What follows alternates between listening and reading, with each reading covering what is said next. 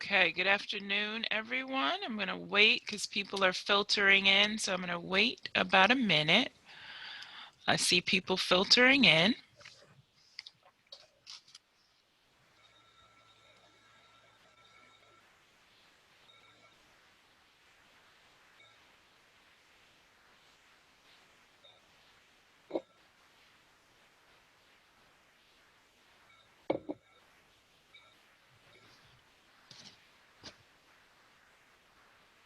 Okay, so good afternoon, everyone. We are going to get started. I'm excited about this particular webinar on the book Race and Identity in Hispanic America, the White, the Black, and the Brown. Thank you, Michael. Um, the book was authored by Dr. Patricia Reid-Merritt and Dr. Michael Rodriguez. I'm going to start by introducing our distinguished authors here. Dr. Patricia Reid-Merritt is a distinguished professor of Africana Studies and Social Work. I'm switching those titles around now because Dr. Patricia Reid-Merritt is now fully in Africana Studies, but she spent more than 4 decades in the social work program here at Stockton University. Dr. Michael Rodriguez is an associate professor of political science here at Stockton, and he's been here at Stockton for almost 15 years. I came to know Dr. Rodriguez as the coordinator of the Washington internship. He would come to my classes, talk to my students about the program, helped many of my students get in the program. So it's a phenomenal program. Dr. Reid-Merritt, of course, I've known since I began at Stockton, and she has been a wonderful mentor and colleague and friend. So I am excited about this particular webinar. And I want to have us get started. I just wanted to mention that I absolutely love the preface of this book and how you talk about your individual identities and how that came together in order to make this book happen. So I would like you both to just kind of talk about that a little bit for those maybe who haven't started reading it yet. By the way, it's on Amazon, so please make sure to pick it up. Under normal circumstances, we would have this in person and we would have books there and they could sign them and all those good things that were before COVID. But please make sure to go onto Amazon and pick it up. So I want to have you guys talk a little bit about what you wrote and how this book came to be. Thank you, Dr. Allison, and I'll start because, as Michael knows, I sort of started this project. You did. So this book came about for a variety of different reasons. I think perhaps the most important one has been my long interest and scholarly work in the area of race and racial issues, etc. So a couple of years ago, I actually had the opportunity to co-edit two volume sets, two volume sets, both of which is on race in America and also on race and racism in America. And so one of the things that's quite obvious about me, I mean, if you see me, you look at me, you know I'm Black.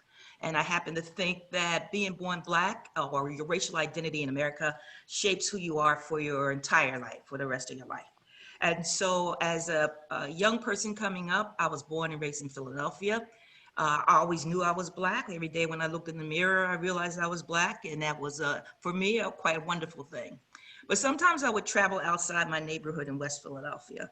And I'd go to areas that were more predominantly Puerto Rican areas, or I would travel into Camden and there would be large numbers of Puerto Rican Spanish-speaking people there. And people would often walk up to me and speak in Spanish. And I thought, that's so odd. And then when I looked around the neighborhood, I thought, that's not that odd. Some of these people, they don't look that much different, from me. And so, as a teenager, a young person, it was sort of my first, questioning of, well, who are these people who speak a different language, but actually look like me? When I came to Stockton, and as Dr. Allison said in the social work program, one of my responsibilities was to teach a course in race, ethnicity, and diversity. And I taught that course for 40 years. And throughout that course, one of the things that was quite evident to me is every time I gathered the students at the beginning, I would say, I need you to identify yourself. I need you to find your people, locate yourself, whatever the case may be. Black students were absolutely clear. You know, Asian students, they were absolutely clear. And when we talked about race, the Spanish-speaking Latino students, they weren't so clear. And so it had these experiences in classes where students were constantly raising the race question, what it meant to be Hispanic or Latino, what was the race question. The real thing that got me to work on this book was an experience I had first at Stockton, maybe about 8, 9, 10 years ago. We had at Stockton these annual multicultural programs. And at one of the programs, Dr. Pedro Santana stood up and he said, you know, I'm a person of color. I have 3 different bloodlines running through me. You know, I have Indian, I have African, and European. And he talked about it in a way that was so public, it was striking to me. Because although now we frequently say, we're talking about the brown population, people didn't get up and identify themselves as the brown people. And in fact, some people think that was a political move that was made by some African-American leaders to get Spanish-speaking people on board. But at any rate, I talked with him about that. And I asked him, you know, how often did he identify himself like that? And one of the things he pointed out is that sort of he had to come to the realization is that's who he was. And he had people helping him understand what it meant to be a person that had quote unquote mixed racial lines. And I thought about it. And, you know, I had all these experiences with these students, some of which I'll share in a minute. And I said, you know, I guess, you know, people do have to come to an understanding of who they are racially if that's required. Because for most Latino people, you know, when you ask them who they are, they identify their ethnic group. You know, they say, well, I'm Puerto Rican or I'm Cuban, or, you know, they don't say, well, I'm white or I'm black, whatever case may be. But in the summer about 8 years ago, I had an opportunity, a flyer came to the school and it said they were having this institute in Puerto Rico. And it was an institute dealing with culture and African heritage and how the arts would be expressed in those ways. And now for me, this was perfect. And not only was I a scholar in social work and Africana studies, but I had a background in performing arts. And I thought, you know, this is a wonderful opportunity for me. And so I got invited to go to Puerto Rico with Dr. Marta Moreno Vega, who was in charge of this cultural institute in Puerto Rico. And when I arrived, the very first class we had, which was a very mixed group, she said, we want to start out by telling you this. She said, you're in Puerto Rico, and we're going to have this series of seminars dealing with race, heritage, and culture. She said, I want you to start with the understanding that 80% of the people in Puerto Rico identify themselves racially as white. Now, I said, that is something wrong with that. That's what I thought to myself. You know, I thought something's wrong with that. And the class, which was also spoken in Spanish, and I was really sort of lost. And I said, you know, I went up to her later and said, explain to me what you're saying. She said, well, if you look at the 2010 census, she said, you will see that 80% of the people identify themselves as white. And I stayed in Puerto Rico that time for 2 weeks, you know, attending a seminar. And I walked around the island, and I guarantee you, I could not find all these large groups of white people. And I said, you know, there's a race, color thing that's happening here. That's what I said to myself. And then I reflected on a time when I was teaching a course in race, ethnicity, and diversity. And the very first day of class, a young man walked up to me and he said, I want to introduce myself. He said, I'm Juan and I'm a white Puerto Rican. And I thought, why is this absolutely necessary? And getting to know him, it was clear that he did not want to be identified as a person of color. He said, you know, people think Puerto Rico, they think we're people of color. He said, I'm a white Puerto Rican, which is fine. So I wrote in the last, I think about 6 years ago, or about 4 years ago, the first volume of Race in America, how a pseudo-scientific concept shaped human interaction. And when I wrote that book, I had contributors from a variety of different disciplines. And in fact, Dr. Rodriguez was one of them. And before I finished writing that book, which was published by Prager, I got a contact from the publishing company, and they said, would you consider doing another book? I said, you know, what kind of book?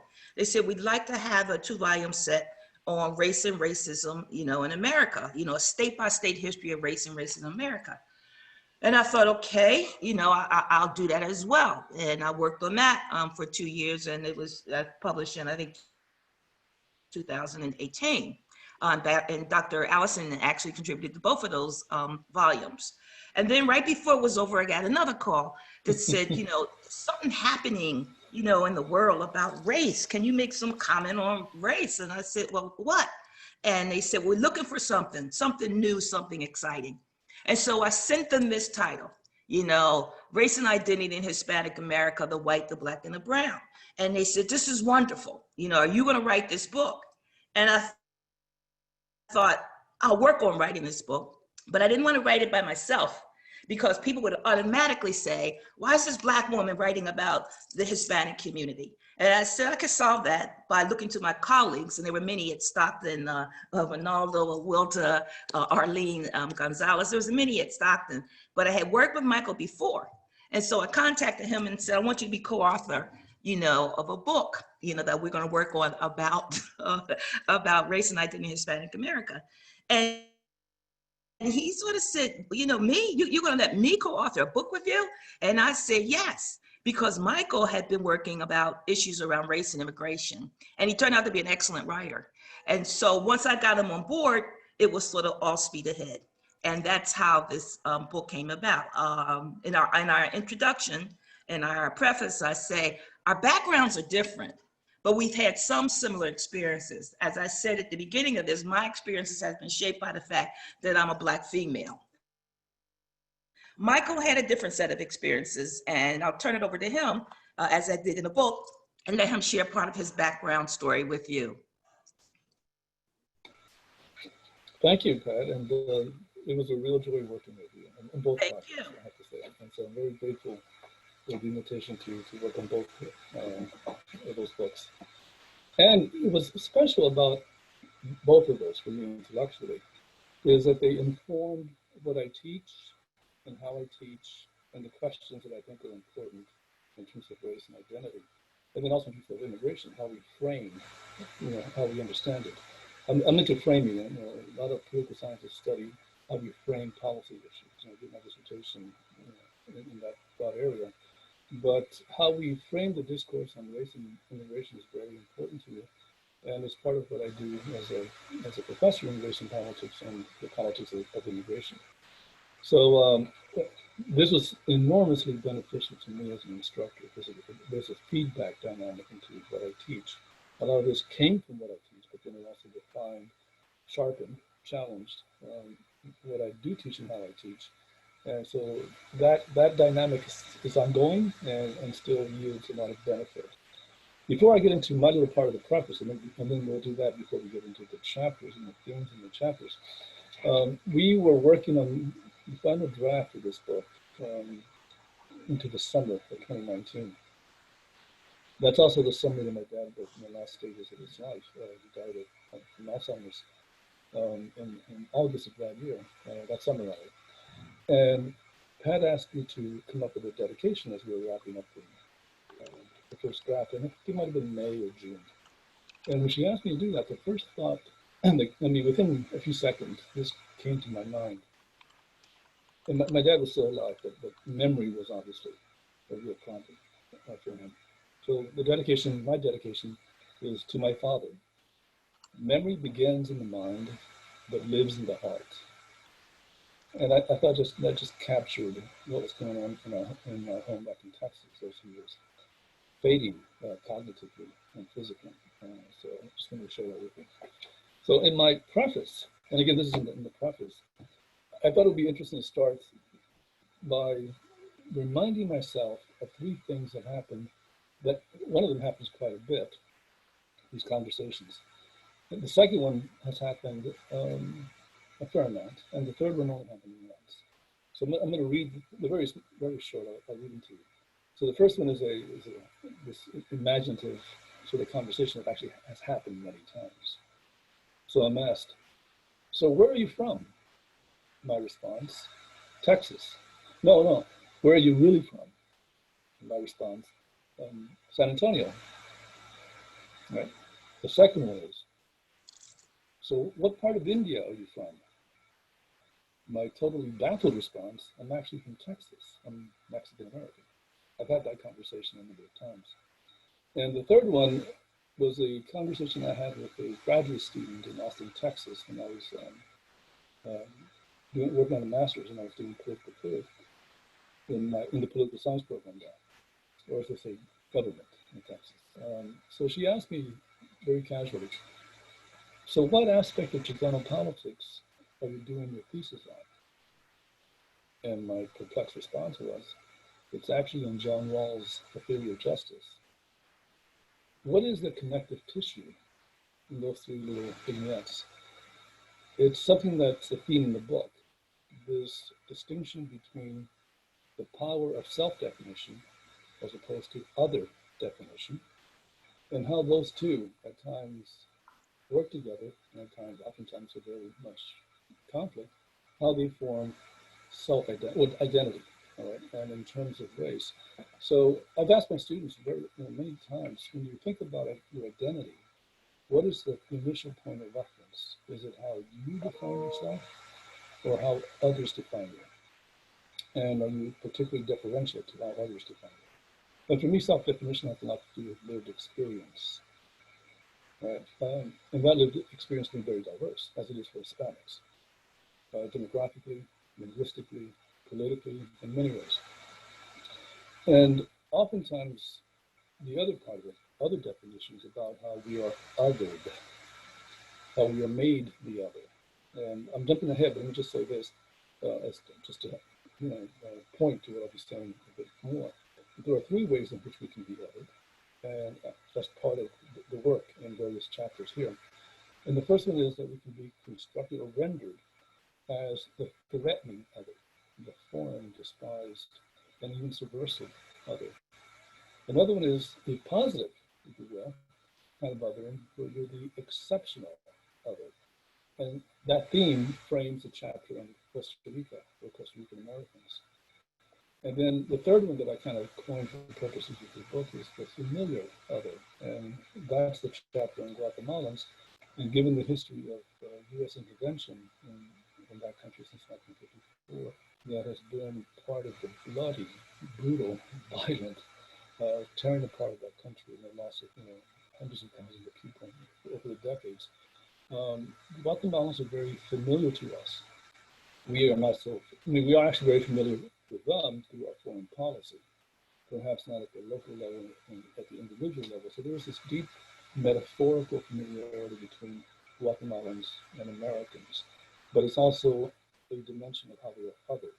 Right? So let me just sort of lay that out. Let me just say something about my background, because I talk about that in the preface as well. Many of you know that I'm from Texas. I grew up in San Antonio. I am fourth, fifth generation Texan. I often tell my students that my family did not come to the U.S. The U.S. came to us. So thank you, I guess. And on both sides of my family. So we have no family in Mexico, but that's that we know of. But that's our background, right? And you might know that Texas is very multicultural, multiracial. Lots of Hispanics in the city where I grew up. San Antonio, the seventh largest in the country. It's about 1 million Hispanics. We think of them, we other define people in that city as being Mexican and Mexican American. But out of 1 million, 100,000 are Colombian, Cuban, Dominican, Puerto Rican, and South American, right? But then they all sort of are perceived initially through phenotype or indications of national origin as being Mexican, right? But people just presume that oftentimes. So how we are perceived, how we're received by others, oftentimes shapes their definition of us, right? In ways that we may not have immediate authority over. And again, that other definition might conflict with how we see ourselves. So let me just stop there because that's just for the preface, and we can go on. Thank you, Michael. And now, if you all want to kind of focus on a few of the chapters that you want to elaborate on and just give us some background. Not telling us too much because I want people to buy the book, but give us some background on some of the chapters. And see the movie. Well, yeah, I think it's important to explain how the book is framed overall. There are many, many Spanish-speaking groups in America. We decided to concentrate on probably the 7 largest. And we did that for a variety of reasons. One of the things that people have raised is, why did you say race and identity Hispanic America? Why didn't you say Latino America? And then we had to say, we deliberately decide Hispanic Americans because we're really going to talk about the Spanish-speaking folk, people who come from Spanish-speaking countries. In addition to that, we remind people in the book that to be Latino does not necessarily mean Spanish-speaking. You know, you could be from Belize, English-speaking, and still be part of the Latino community. We want to emphasize, and we did emphasize in this book, that this whole idea of there's one Hispanic population, of course, is a misnomer, or there's one Latino population is a misnomer. The way in which we got to the term Spanish, Hispanic, Latino, or Latinx, you know, sort of what's decided, you know, by sort of government figures. This is how we're going to use this term to describe these people. As I suggested earlier, overwhelmingly, when people are asked to identify themselves from this community, they prefer to say, I'm Puerto Rican, I'm Cuban American, I'm a Mexican American. You know, they don't often say like Hispanic American, but they will. And now, of course, the term, you know, I'm Latino, you know, the term that people use, or, you know, Latinx. And so when we looked at the groups, we said, well, which groups have had the biggest impact here? And we want to say that some of this obviously was determined by the fact of not just who we are, but the fact that we live in the Northeast. And so, you know, you can't talk about the Spanish-speaking population here and not talk about the large percentage of Puerto Ricans here. So we looked at the groups overall and decided which 7 or 8 groups can we focus on. And we decided on 7 for the convenience. My interest overwhelmingly was not just looking at the different groups from the different nations, but to look at their role, their participation, their perception of who they were in the African diaspora. I had no problem with knowing that there were many people in this community in the African diaspora. As I told you, my experience already with roaming around, whether it was some parts of Philadelphia or in the Camden area, or even being in Florida and watching a parade where a group of folks from Costa Rica came down with Afro wigs, looked at me and said, you know, we are you. We are you.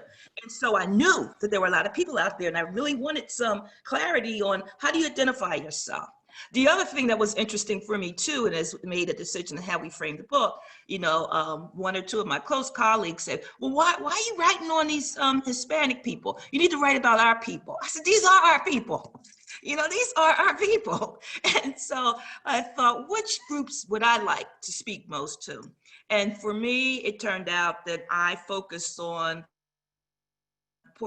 people from Puerto Rico, Cuba, and the Dominican Republic.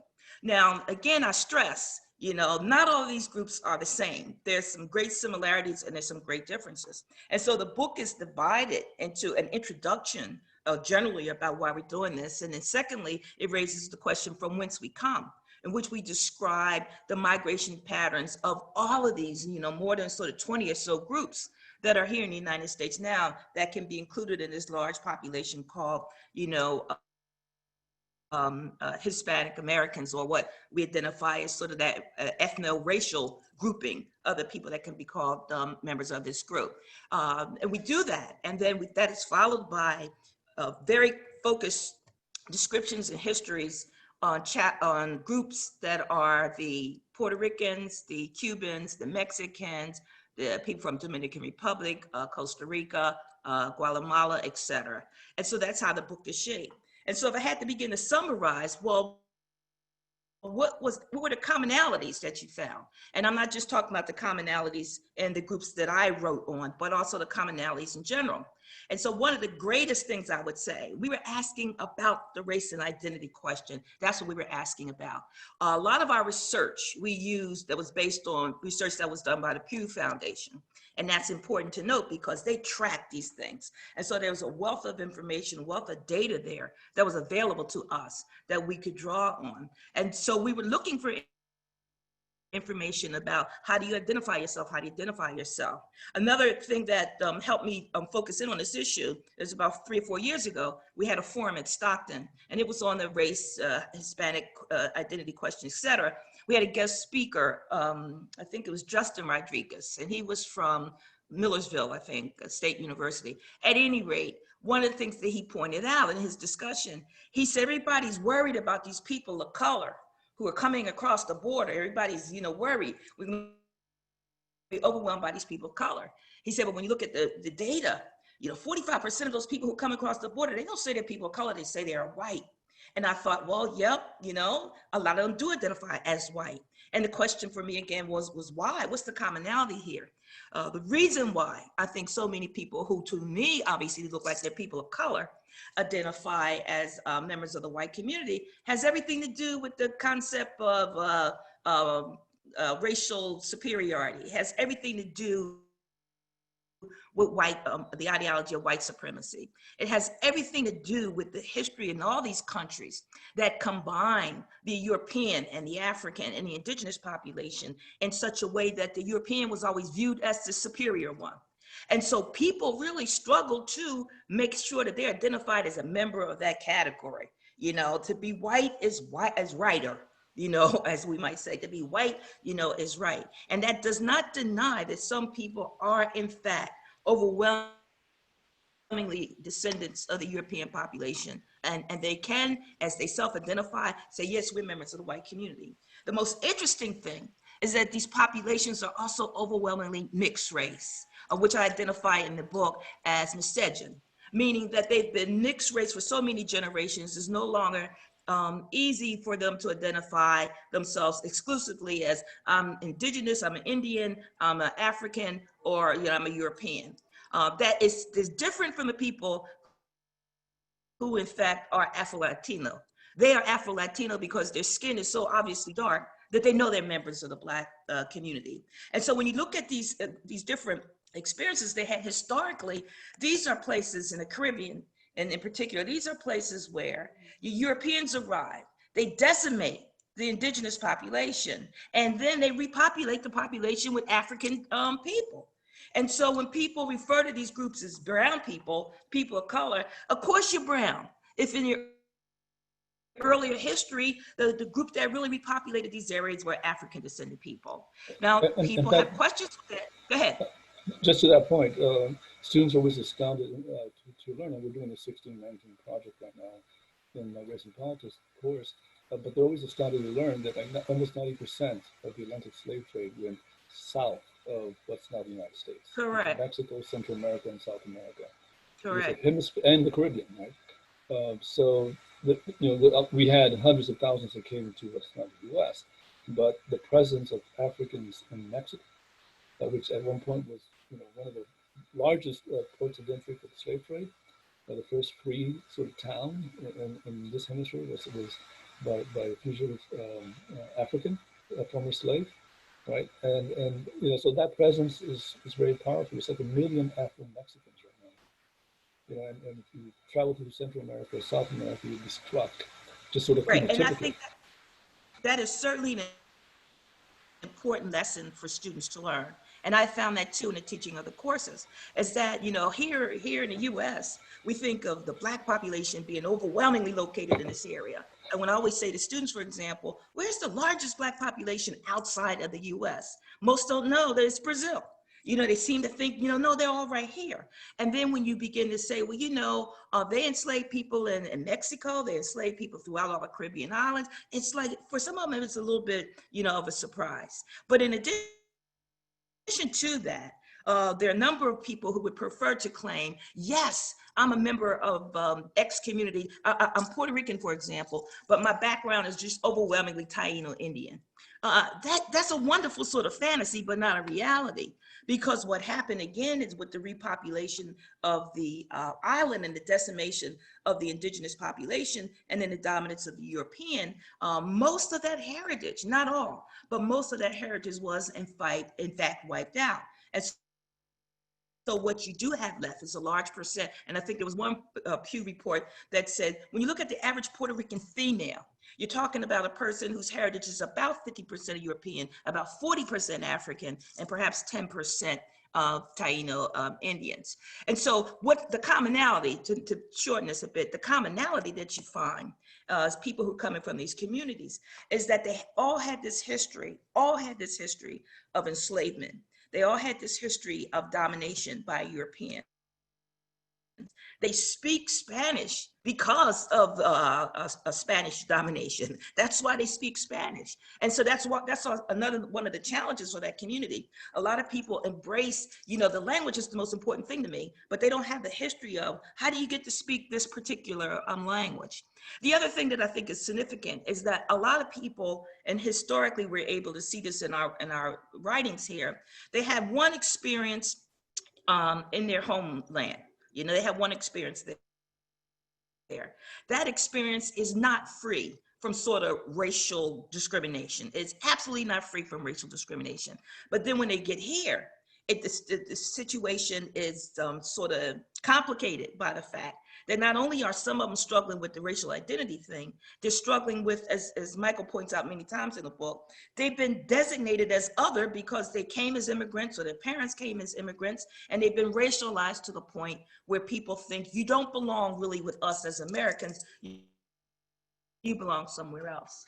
And so what happens, and one of the great examples is one of the quotes from a former student who's from the Dominican Republic. And they have their own unique history of struggling with understanding who they really are. But one of the students who came from the Dominican Republic, he said, I came here when I was 14. He said, I never considered myself a Black person. He said, but when I got here, everybody started referring to me as the Black man, the Black boy. He said, in my country, I'm white. He said, I have straight hair. And so that makes you white. And one of the things you don't want to do, in my country, is to identify as being a person of color. And so I think that theme runs through all the experiences of the groups we investigated. And also I want to say something about the friction within the communities. And the best example might be the friction that exists within the Cuban American community. And so one of the individuals that shared her story with me, she said that, and she identifies as Afro-Cuban. She says, I was invited to a political gathering because I was being considered for a very political appointment. And that they had been told at this gathering that the person that we're bringing in is Cuban American, and that'll be good for the party. And when she got there, she said, one of the leaders said to her, you're Cuban American? You don't look like Bob Menendez. And she said, yeah, but I'm Cuban. And so one of the things that she helped me understand is that they have racial differences in the community. And within the community, there's a feeling among the Afro communities that lighter community Cubans are favored. I think you'll find that same story in all the communities, that somehow or another, there's a color gradient. And while they recognize the color differences, if you show up on the darker end of the scale, you have less of value than those who show up on the whiter end of the scale. And so some of those conversations they're having in some of the communities, and some they are not. Lastly, I want to say I read a piece by a Puerto Rican woman who was part of the Black Lives Matter movement.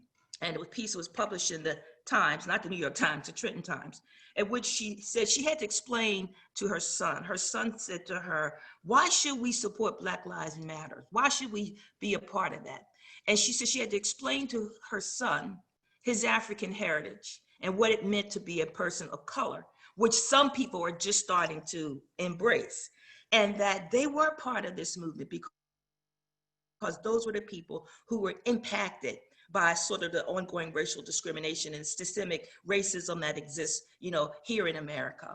And the last thing I want to say about the common experience that many of these Hispanic group members are having in the US is when they have to fill out forms, in particular the census, when they fill out the census. It turns out that when you ask people of Hispanic heritage, could you identify your racial group? They're overwhelmingly likely to select other. And the reason why they select other, because they have white, they have Black, they have Asian, they don't have brown. That category is not there, brown. And so when they think, well, I'm not white, and there are a number of people who express that too. One of the students said, look, anytime my mother, my aunts, my cousins get together, they say, look, we're not the white people. You know, that's not who we are. But when you look at the census, who are you supposed to identify as? And so they'll select the category of other, or they'll say multiple races or whatever the case may be, or more comfortably, they'll say, I'm just white. And I think Michael will share that, particularly in the Mexican American experience, so, who were legally classified at one time as the other whites. That, you know, you are the other whites. You know, how do you deal with that racial identity question? It's significant because we're in the U.S. and the U.S. absolutely demands that you have to locate yourself in some racial category. I'll let Michael Yeah, talk and because I have a to your tendency point, to. to your point about the census, it was actually one time in American history that Mexicans were listed as a racial category in the census, and this was in 1930, and Mhm. then it's dropped right after that. Right? So that's interesting. Oh, let me go back to something a theme that you were discussing, and that is the common experience of people, Hispanic folks in various countries. Some of that can be institutionalized in public policy as well. And to your point about this element of denial, negating, denigrating the African influence in all these countries and cultures, there were a number of countries, Colombia in particular, that had a policy of blanqueamiento, where they would actually go to other countries, European countries, pay for people to come back, or come to their country, settle, immigrants, and become part of the population, and to whiten the population, Correct. right? Right. And at the same time that they're also, again, minimizing, even denigrating the African influence. This was very apparent in Costa Rica, where Jamaicans were there early on, in the very beginning, very critical part of the sort of plantation and railroad system infrastructure.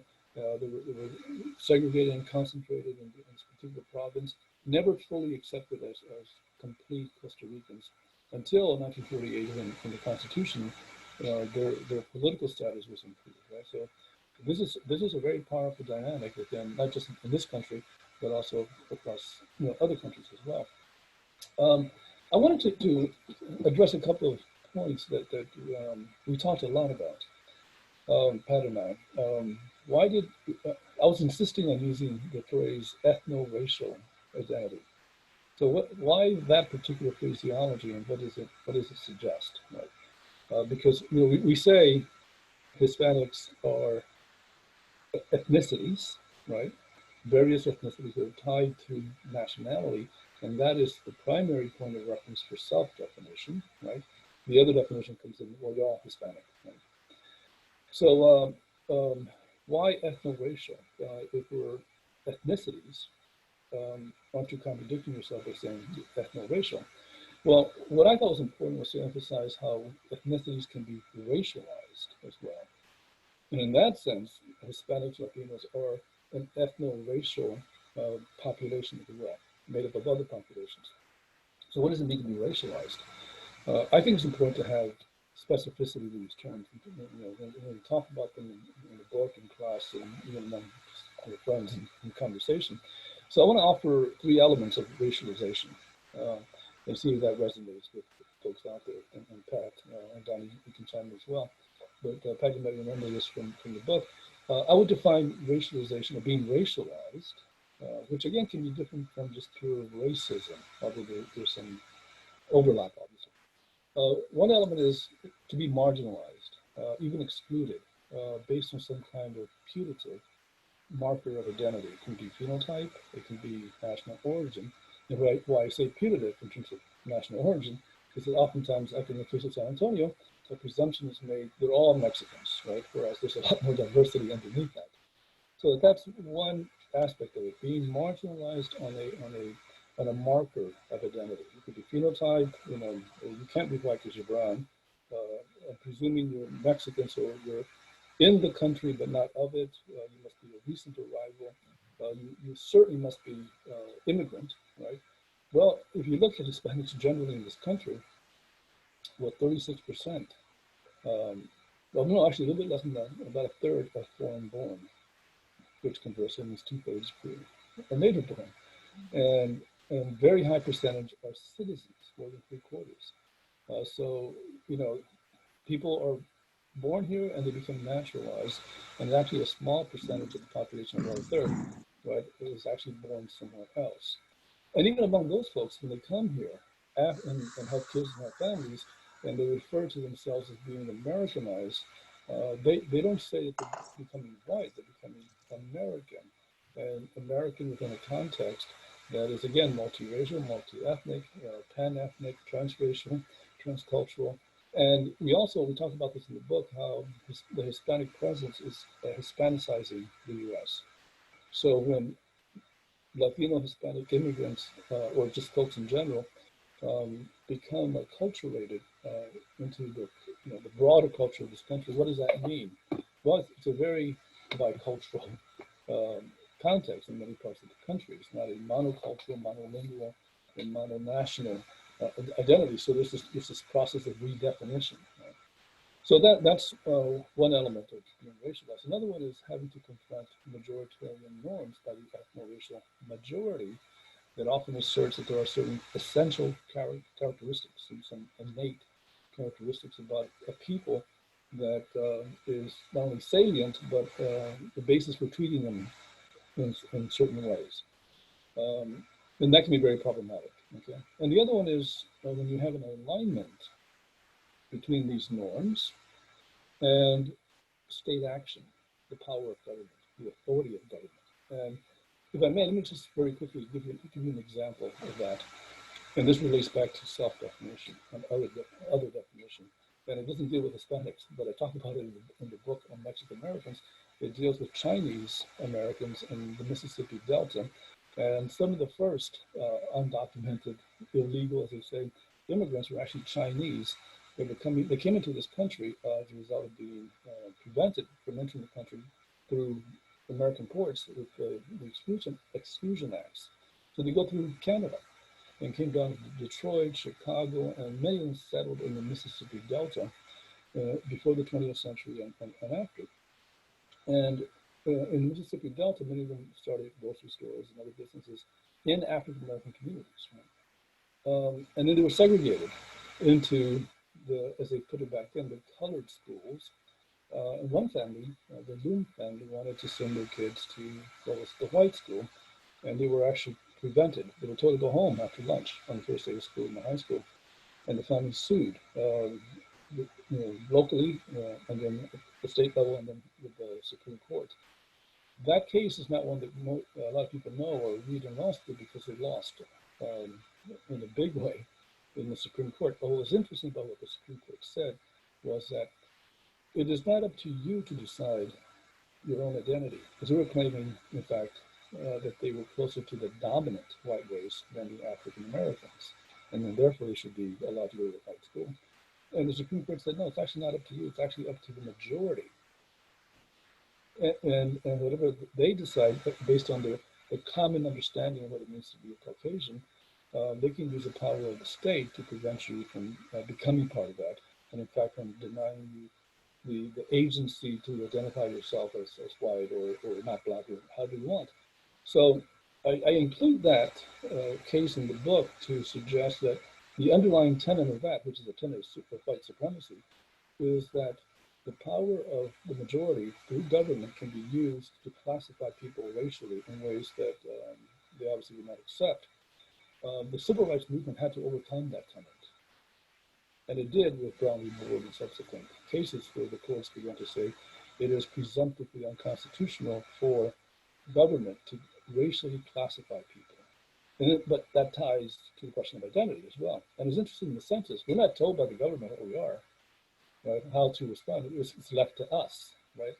And it's almost just commonplace and common sense that we define who we are, not the government, right? And the difficulty is, what do we do when people in civil society define us in ways that are also not, they don't resonate with our own lived experience? So I just wanted to throw that out because we often talk about being racialized, but I wanted to identify what I think are rather specific features of that term. I think it's important, the point you make about the government's role.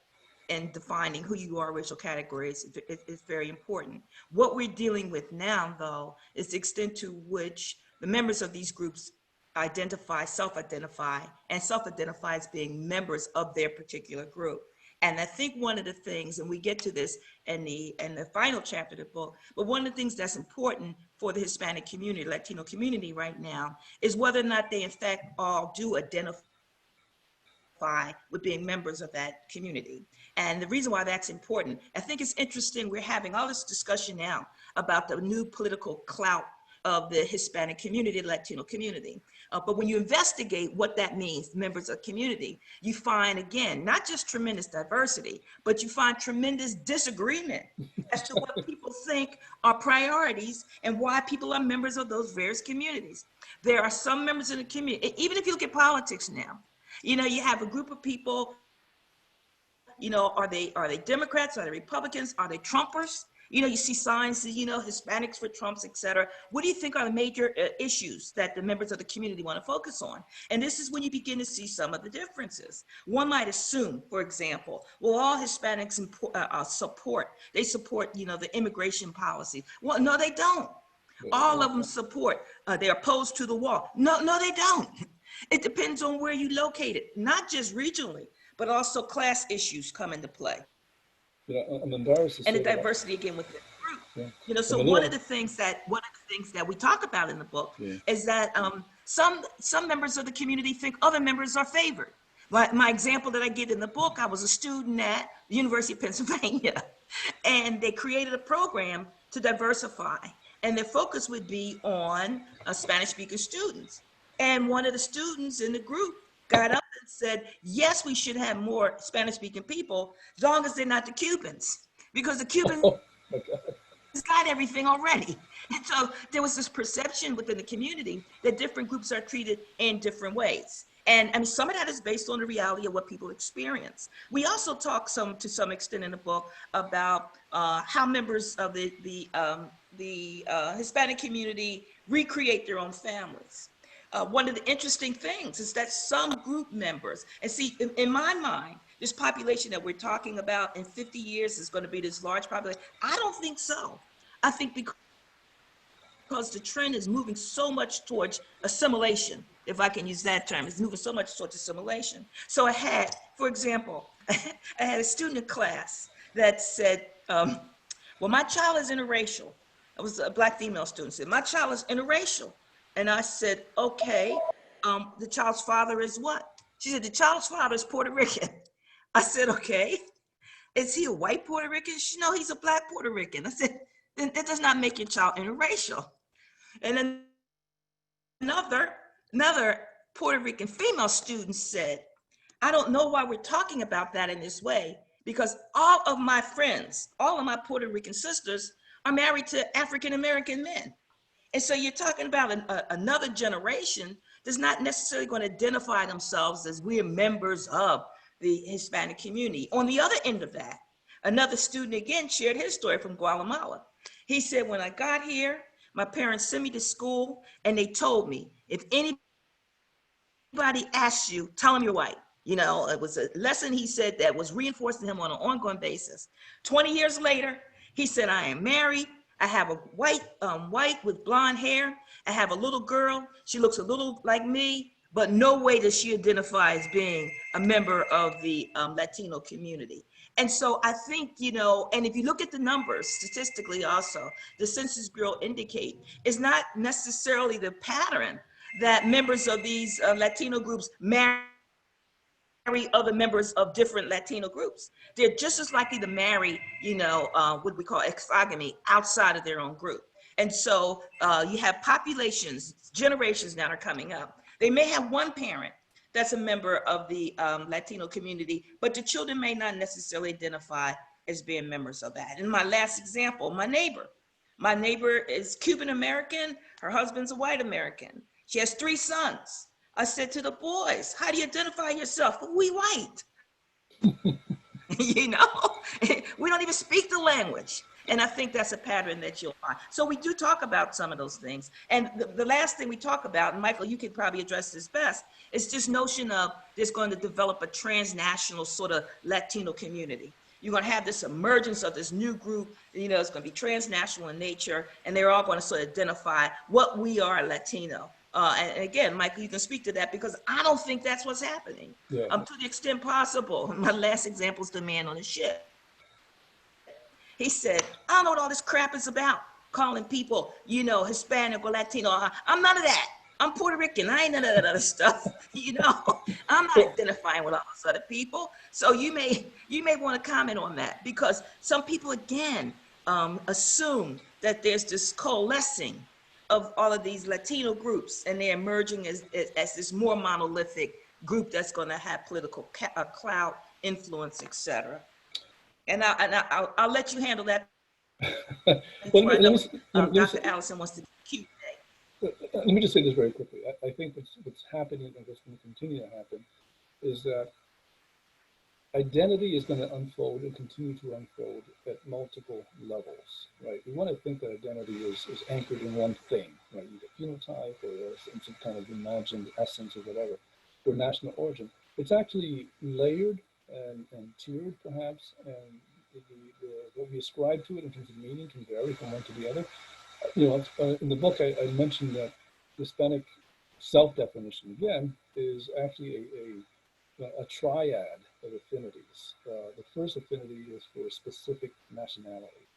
I am Mexican first before I would say, just in terms of affect and attachment, right? and struggles of intimacy and all that, before I would say I'm Hispanic. I mean, that's a very sort of superficial, kind of almost like symbolic ethnicity identity. There's not much to it, right? That's going to continue and perhaps even increase, and we see a lot of interaction between groups and the nationalization of certain holidays that are like from one particular group, and now other groups are taking them. So I think that's going to continue to happen. So, but I do believe that one leg of that triad is affinity to a nationality, right? And then the other one is Americanization. Hispanics are becoming, Latinos are becoming Americanized, but not in the traditional understanding of what it means to be American. And I think all of us are quite familiar with the history of that being three things. You're monolingual, monocultural, and in a sense, mononational in terms of your nationality. Right?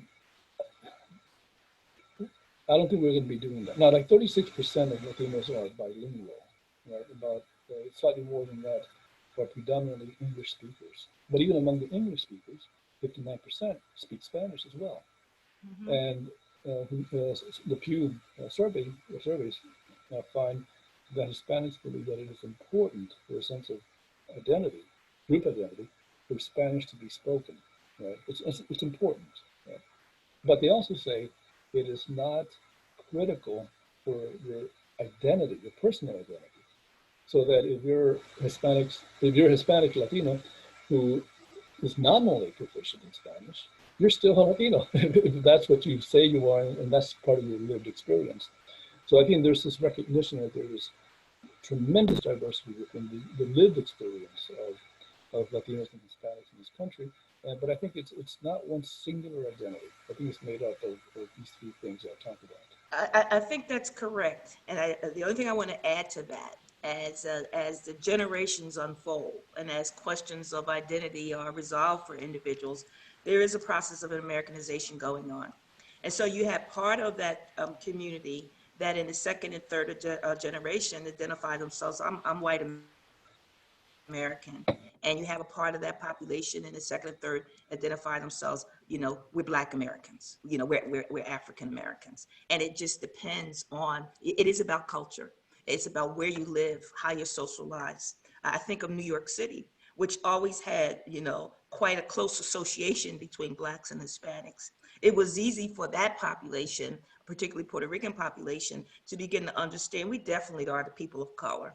Whereas others, as you know, in the chapter, you talk about the experience of the exceptional groups. You know, whether or not like people from Costa Rica, for example, are viewed as more exceptional, that they may be Americanized more to the majority way of thinking and identification. And so I do think that you see that. And ultimately, there will be questions about how do you identify members of the Latino community? How do you do that? There's a large number, second and third generation Latino students who do not speak the language. And so it's one of the reasons why language had to be removed as a way in which you identify with the members of that group. And I do think this notion of coming together as people of color is going to also have a way of thinning out, or rather than strengthening, the members of the quote unquote Latino community. Because some strongly feel as though we're members of that community, and others feel like, no, that's not the racial identity that I want to identify with. And those conversations, as I said, are occurring, and they need to occur within members of the various communities. Yeah. I want to get to, we had some questions come in while you guys have been talking, and we don't have much time, but I want to at least get to a couple of them. So one question asks, as someone who is a lighter skinned Puerto Rican, I tend to put white as my race and Puerto Rican as my ethnicity. And as a Puerto Rican who also doesn't speak Spanish, many other Puerto Ricans see me as white. So is it wrong to identify race-wise as white, but ethnic-wise as Puerto Rican? Oh, I certainly don't think the question is about being right or wrong. Yeah. And I understand what she's saying. She is a lighter complexion Puerto Rican. What's interesting is that she may self-identify in that way. The question is whether or not others also identify her in that way. And so one of the stories that was told to me by Dr. Wilda Cologne is what happened when they brought a group to South Jersey, a group from Puerto Rico, and they were processing them in some way. They were attempting to have them become members of a particular program. And on the forms, it asked them to identify themselves, which racial group did they belong to. And she said one of the leaders of the group, the American group, was a white male. And she said the way they looked at each other and noticed the resistance and selecting white is because they were looking at whiteness and they didn't feel like that represented them. And so one of the things that happens with people, even of a fair skin, that have some evidence of color, is that they may say, I'm going to indicate that I'm white, but white people look at them and say, you're not white. But people of color look at them too and say, but you're not white. But I understand why they would check off their category as white, because what are the choices that they have? If it says, are you white, are you black, or are you brown? Brown is not on there. Are you of a different complexion? That's not on there. And the other thing I want to say, yes, we know the whole racial thing is socially constructed. Absolutely. You sort of identify with a particular racial group based on the way in which you have been socialized. But as we say in the book, it's not just how you self-identify, it's how others identify you as well. Right. And so there have been the earlier examples. At one point, when Puerto Ricans first started coming to the mainland, they were able to say, we're white. They were able to say that we're white.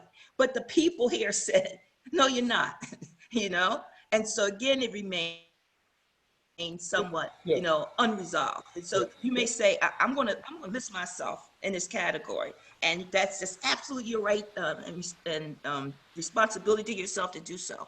But you may in fact be viewed by others as a member of that other group, that other, as Michael indicated, that other racialized group. Yeah. And I believe very strongly that one loses a degree of agency and self-efficacy and empowerment if you defer too much to the other definition. Correct. I believe, like, Anthony Apaya says that our identity is something that we create, we invent, and that we live, right? And we define it ourselves. So I think it's important to contest how we're defined by others, even if that happens within our own groups. Yes. And to stake that out firmly. I'm reminded of Beyonce in this weird context when she sang a country song at some award show, and there was this huge hullabaloo about, she's stepping outside of her category. Why is she doing that? Well, she's from Houston, Texas. like me, she grew up with country music as part of her identity. I grew up listening to Willie Nelson and Noel Haggard and Roy Clark, but also Tejano music and Mexican music and rock and roll, Southern rock, all of that occurring at the same time, Mhm. not as in this sort of sequence, right? I'm primarily this and then a little bit of that afterwards. It was all happening at the same time. So she asserted her identity, but it was based on a lived experience. It was not inauthentic. So I think one needs to come to terms with how one wants to live out your identity, but to anchor it in your own lived experience, which can be very different than somebody else in the same group as Latino I or think Puerto that's Rican. I think that's an excellent point. And while you're reminded of Beyonce, I'm reminded of Mariah Carey. Yeah, I'm reminded of Mariah Carey, who, of course, when she hit the scene and Yeah, everybody said, "Oh, look at how she can sing," and someone said, "Yes, another white girl pretending like she black," and she's no, I'm not pretending. I am a black person, which a lot of people say, "Well, you don't look like you're a member of that group." But culturally, she identified with, no, I'm a, yeah, yes, my mother's from Italy, and my father, is African descendant. I'm a black person. yeah, And one of the things that she said, and she was this, her identification question was also for her resolved by the experience of Halle Berry. Halle Berry has a white mother. Halle Berry said, all the people who I know who have a white mother, a white yeah, father, they either messed up or they're okay. And the reason why they're okay is because their white parent taught them, yeah. here in America, you're a black person. And It doesn't matter how fair your skin is. Here in America, you are a black person. And if you understand that, you will go far. you know, because I think I have to you confess, I have a can't tremendous, accept, yeah, you can't accept how others define. You can self-define, but there is such a concept as the looking glass self. You know what I'm saying? You can look in the mirror and say, it's like the experience, I think also that Chinese Americans have a mix of heritage, or those who are not of mixed heritage but are raised by members of other communities. And so I had another student once who indicated, he said, I'm Chinese American, I know that, but I was raised by white Americans, and when I look in the mirror I see a white boy, because that's how I was raised culturally. But when I walk around, people walk up to me and say, as they say to you, "But where are you from?" And so some of it, the self-definition, some of it by the virtue of who you are and what you look like, it is in fact a reflection of what other people in society actually yeah. see. And I so have you do have to, one final yeah. point I really wanted to make, and that is related to all this. And it deals with agency and volition and empowerment and all that in relationship to identity.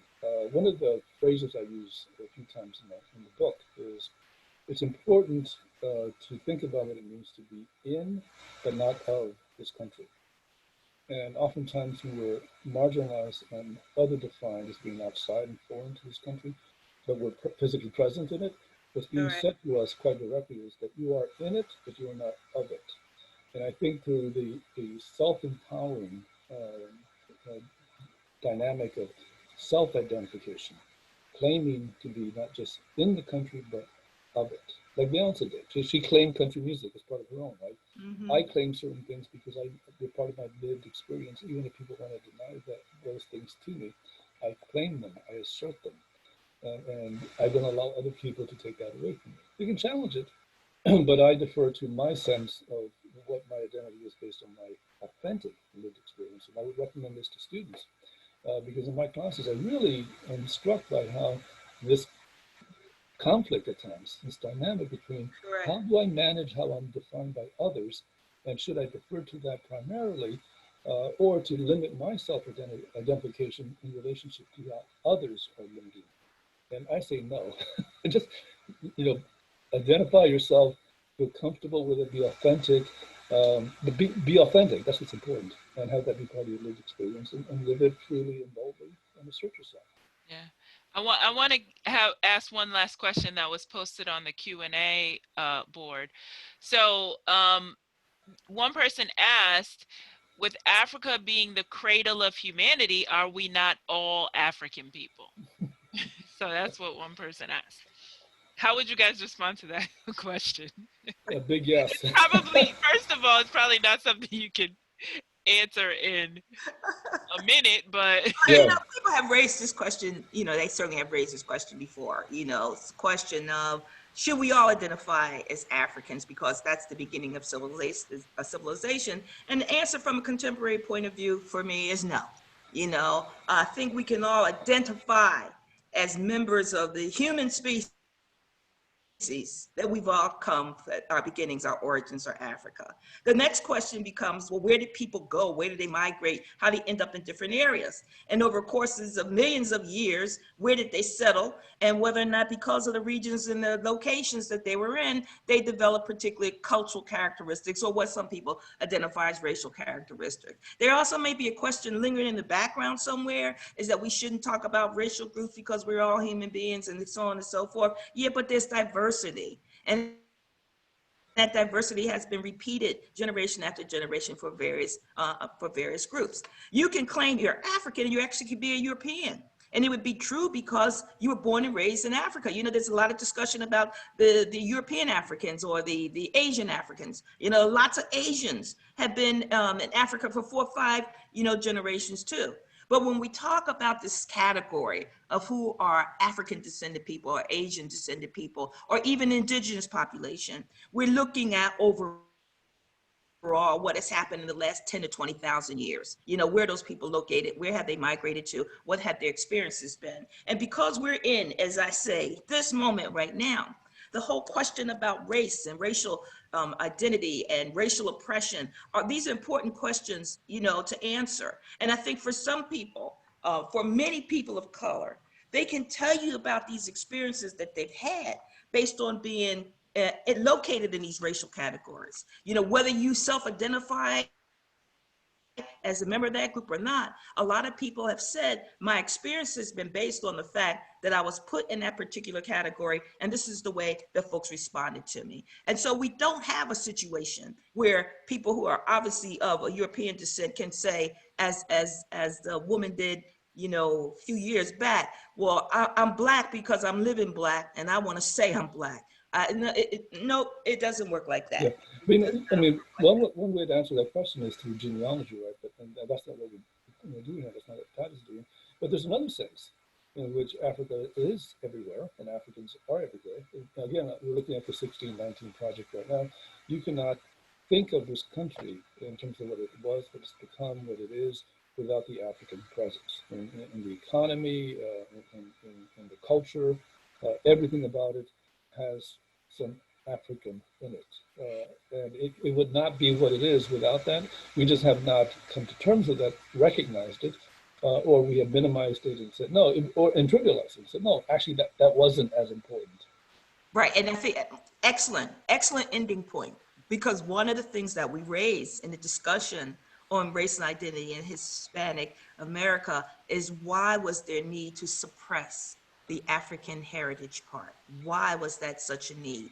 And to what extent that does that influence the perception of that community now, the interactions of members of that community, and the interactions that they have with the members of the outsiders. And Yeah. so I think that it's an excellent point to make. And is what one of the things that was pointed out when I went to this institute in Puerto Rico is that we're here because we want people to remember.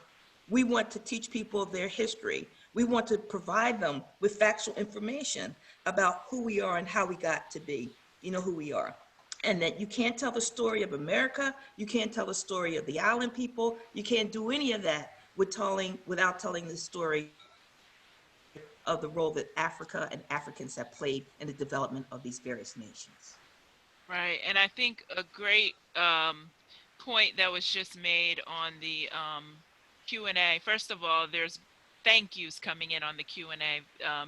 Folks out there, the listeners out there, really appreciating this conversation.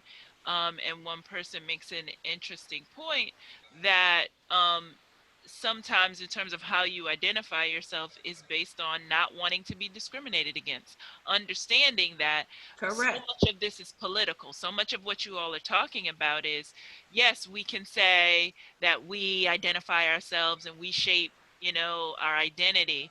But at the same time, and as you both mentioned and mentioned in the book, you're also being identified by others, and so much of that is political. And so some Right. people have determined, you know, that social construction of black versus white typically says that black is less than. And if you don't want to be associated with that, then you're determining that as your identity. So but I think this has been a fantastic conversation. Still, people are still making comments, but most of them are just saying thank you, thank you, thank you.